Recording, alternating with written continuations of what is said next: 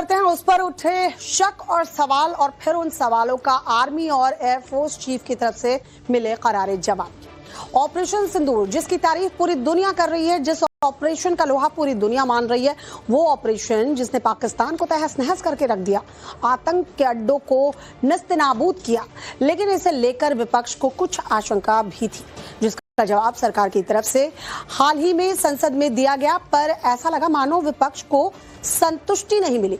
सबूत गैंग बार बार कई सवाल खड़े कर ऑपरेशन सिंदूर को कटघरे में खड़ा करता नजर आया। फिर खुद उनकी तरफ से ऐसे सबूत गैंग को जवाब दिया गया जिनके हाथों में खुद इस ऑपरेशन की कमान थी, यानी आर्मी और एयरफोर्स चीफ। सेना प्रमुख जनरल उपेंद्र द्विवेदी ने एक दिन पहले एक कार्यक्रम में ऑपरेशन सिंदूर की विजय गाथा के बारे में बताया। सबूत गैंग को एक एक बात बताई कि कैसे और कब इस ऑपरेशन को अंजाम दिया गया, कैसे इसकी पूरी प्लानिंग की गई और कैसे मोदी सरकार की तरफ से सेना को फ्री हैंड दिया गया था। इससे पहले वायुसेना प्रमुख air chief marshal AP Singh ने भी ऑपरेशन सिंदूर की सफलता का श्रेय केंद्र की राजनीतिक इच्छा शक्ति को दिया था। इस बीच जो बड़ी खबर आ रही है ऑपरेशन सिंदूर को लेकर, वो आपको बताते हैं। ऑपरेशन सिंदूर पर army chief general Upendra Dwivedi ने बयान दिया है। सबूत गैंग को आर्मी चीफ ने करारा जवाब दिया है। एक एक कर सारे सवालों के जवाब दिए गए हैं। रक्षा मंत्री ने सेनाओं को खुली छूट दी है, ये आर्मी चीफ ने कहा।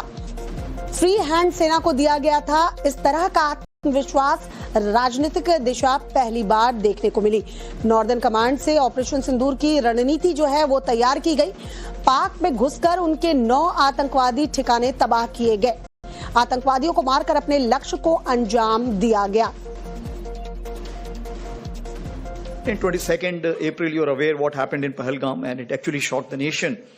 23rd is the time when next day itself, we all sat down. And this is the first time which RM has also said, I think enough is enough. And all the three chiefs were very clear, something has to be done. And the free hand was given, of course, that you decide what is to be done. And that is the kind of a confidence with the political directions and political clarity for the first time we saw. And that's what made a difference, because we want to do a lot, but that kind of hand holding and kind of free, no terms of restrictions, if I can say that. And that is what kind of raises up your morale. And that is how it helped our army commanders or commander-in-chiefs on ground to kind of act as per their wisdom. Army chief general Upendra Dwivedi ने operation Sindoor को लेकर क्या क्या बड़ी बातें बताई, चलिए वो आपको समझाते हैं। 23 अप्रैल को पहलगाम आतंकी हमले के बाद पहली बैठक हुई। बैठक में रक्षा मंत्री राजनाथ सिंह और तीनों सेना के प्रमुख मौजूद थे। मीटिंग में रक्षा मंत्री राजनाथ सिंह ने कहा, बस अब बहुत हो चुका है। सेना को आतंकी हमले के खिलाफ ऑपरेशन की पूरी छूट दी गई। आप ही डिसाइड कीजिए क्या, कब, कैसे, कहां करना है। रक्षा मंत्री ने सेना प्रमुखों को कहा, आप तय करें आगे क्या करना है, आप ही सब कुछ डिसाइड कीजिए। On 25th, we visited the Northern Command, as you're aware, that is the place where we thought, planned, conceptualized, and executed the 7 targets out of the 9 which were destroyed, and where a lot of terrorists were killed. 29th April, of course, was the time when we met the Prime Minister for the first time, and thereafter, next day, of course, why I'm telling you this, because it's important that how a small name of Sindoor connects the whole nation. Operation Sindoor की planning कब और कहां हुई थी, ये आपने जान लिया, और सबूत गैंग को इसे देख भी लेना चाहिए। 23 तारीख की बैठक के बाद थल सेना प्रमुख ने उत्तरी कमान का दौरा किया था। 25 अप्रैल को आर्मी चीफ ने उत्तरी कमान का दौरा किया और उत्तरी कमान में ही ऑपरेशन सिंदूर की योजना बनाई गई। उन्होंने बताया कि 9 में से 7 आतंकी ठिकानों को इस ऑपरेशन के दौरान पाकिस्तान में तबाह किया गया। आतंकवादियों को मारकर अपने लक्ष्यों को अंजाम दिया गया। ऑपरेशन के बाद 29 अप्रैल को आर्मी चीफ की पीएम मोदी से मुलाकात हुई थी। And of Sindoor, what we did, we played chess. Now, what does it mean? It means we did not know what is the next move the enemy is going to take and what are we going to do. This is something we called about the gray zone. Gray zone is that we are not going for the conventional operations, but we are doing something which is just short of the conventional operations. Conventional operations means go with everything, Clausewitzian approach. Take whatever you have. And if you are able to come back, it's okay, otherwise stay there. But that is the thing which we talk about the conventional approach. Here the gray zone is any activity which is taking place in all domains. That is something which we are talking about, and Ops Hindu taught us that this is the gray zone. So we were making the chess moves. He was also making the chess moves. Somewhere we were giving him checkmate, and somewhere we were kind of going in for the kill at the risk of even losing our own. But that's the way life is all about. Operation Sindoor एक ऐसा operation जिसने पूरी दुनिया को हिलाकर रख दिया। इस मिशन की गूंज मॉस्को से लेकर बीजिंग और इस्लामाबाद से लेकर वॉशिंगटन तक सुनाई दी। लेकिन ऑपरेशन सिंदूर को लेकर देश में तमाम तरह की राजनीति भी हुई। बावजूद इसके न्यूयॉर्क टाइम्स जैसे अखबारों ने भारत को साफ साफ विजेता करार दिया। लेकिन फिर भी ऑपरेशन सिंदूर को लेकर कई सवाल खड़े किए गए, जिसका जवाब खुद air force chief air marshal AP Singh ने आकर दिया। उन्होंने बताया, भारतीय एयरफोर्स चीफ ने ऑपरेशन सिंदूर पर यह खुलासा किया कि आईएएफ चीफ ने दुनिया को बताया कैसे भारत ने पाकिस्तान के 5 जेट मार गिराए थे। उन्होंने कहा कि ऑपरेशन के दौरान S-400 गेम चेंजर साबित हुआ है। 80 से 90 घंटे में पाकिस्तान को बड़ा नुकसान पहुंचाया, जिसके बाद पाकिस्तान ने युद्ध विराम के लिए भारत से गुहार लगाई थी। There are at least 2 command and control centers in like Murid and Chaklala that I have shown you one of the pictures. At least 6 radars, some of them big, some of them small. 2 SAGW system that is in Lahore and Okara. Then of course runway at Sargodha and Rahimia Khan. 3 hangars that we attacked. One was of course Sukur, the UAV hangar, the Bholari hangar of AEWNC, and Jacobabad, the F-16 hangar. And we have indication of at least 1 AEWNC in that AEWC hangar, and a few F-16s which were under maintenance there. Apart from these, the SAGW systems, mostly from, I'm talking about fighter aircraft are from S-400. We have at least 5 fighters confirmed kills and 1 large aircraft, which could be either an Elint aircraft or an AWNC aircraft, which was taken on at a distance of about 300 kilometers. This is the actually largest ever recorded surface-to-air kill that we can talk about. Operation Sindoor पर air force chief marshal AP Singh ने क्या खुलासा किया है, वो जरा जान लीजिए।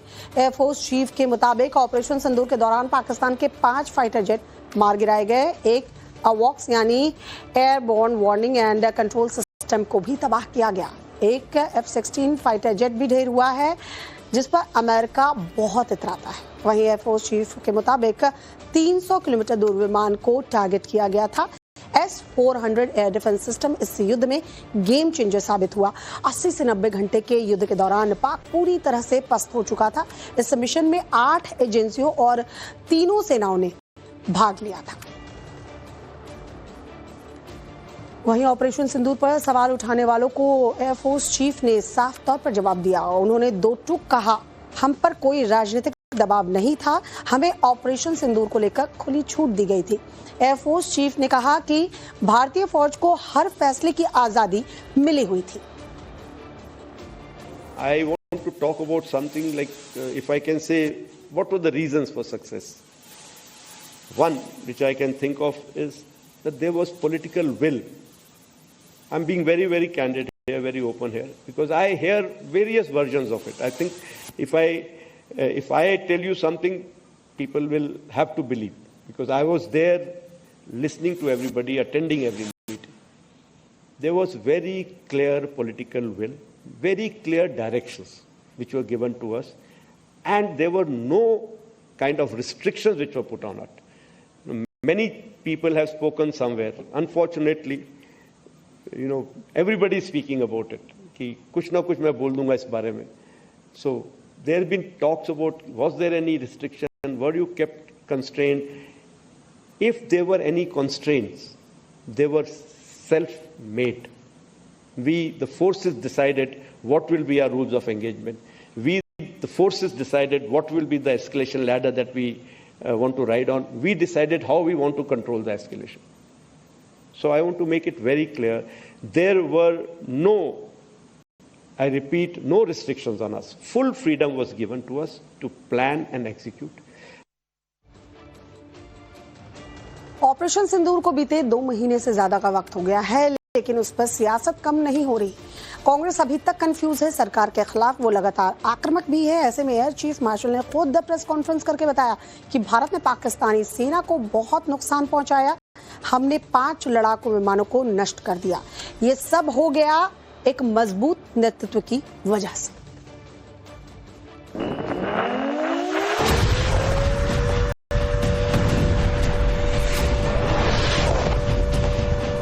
ऑपरेशन सिंदूर ने मचाई पाकिस्तान में तबाही। एयर चीफ मार्शल ने बताई मिशन की सच्चाई। दुश्मन के 5 फाइटर विमान को किया धराशायी।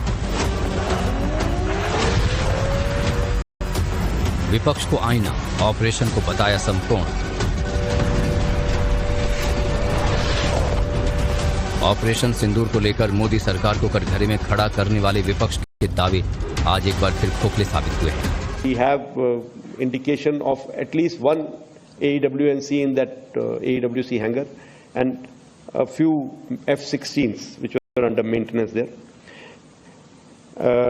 Apart from these, the SAGW systems, mostly from, I'm talking about fighter aircraft are from S-400. We have at least 5 fighters confirmed kills and 1 large aircraft, which could be either an Elint aircraft or an AEWNC aircraft, which was taken on at a distance of about 300 kilometers. This is the actually largest ever recorded surface-to-air kill that we can talk about. Air force के air chief marshal Amarpreet Singh ने press conference करके विपक्ष के दावों की पोल खोल दी। Air chief martial ने किसी का नाम नहीं लिया, लेकिन सेना के शौर्य पर सवाल उठाने वाले विपक्ष को भी तगड़ा मैसेज दे दिया। उन्होंने कहा कि ये सब संभव तभी हो पाया जब हमारे पास एक मजबूत लीडरशिप है। There was very clear political will, very clear directions which were given to us, and there were no kind of restrictions which were put on us. Many people have spoken somewhere. Unfortunately, everybody is speaking about it. कि कुछ ना कुछ मैं बोल दूंगा इस बारे में. So there have been talks about was there any restriction? Were you kept constrained? If there were any constraints, they were self-made.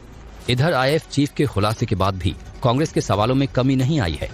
Congress के वरिष्ठ नेता जयराम रमेश ने कहा कि एयर चीफ मार्शल का एक के बाद एक नया खुलासा और अधिक चौंकाने वाला हो जाता है कि प्रधानमंत्री ने 10 मई की शाम को अचानक ऑपरेशन सिंदूर क्यों रोक दिया। तो वहीं कांग्रेस के वरिष्ठ नेता उदित राज ने भी कहा कि सरकार के विदेश मंत्री ने खुद ही बता दिया था कि भारत पाकिस्तान के आतंकी ठिकानों पर हमला कर रहा है, जिससे बड़े आतंकी वहां से भाग निकले। जो आतंकवादी ठिकानों पर हमला किया हमने, पहले हमारा ये खुफिया गिरी कर दिया हमारे ही देश के विदेश मंत्री, और अजहर मसूद और हाफिज सईद भाग निकले। वो तो घूम रहे हैं कराची में, इस्लामाबाद में घूम रहे हैं, वही मास्टरमाइंड है। तो आप ये बताइए कि बिल पावर, आप ही बताइए बिल पावर क्या है। ऑपरेशन सिंदूर पर सियासत कम होने का नाम नहीं ले रही। विपक्ष न जाने कैसी राजनीति कर रहा है, उसे अपने ही एयरफोर्स के चीफ की बात पर भरोसा नहीं है।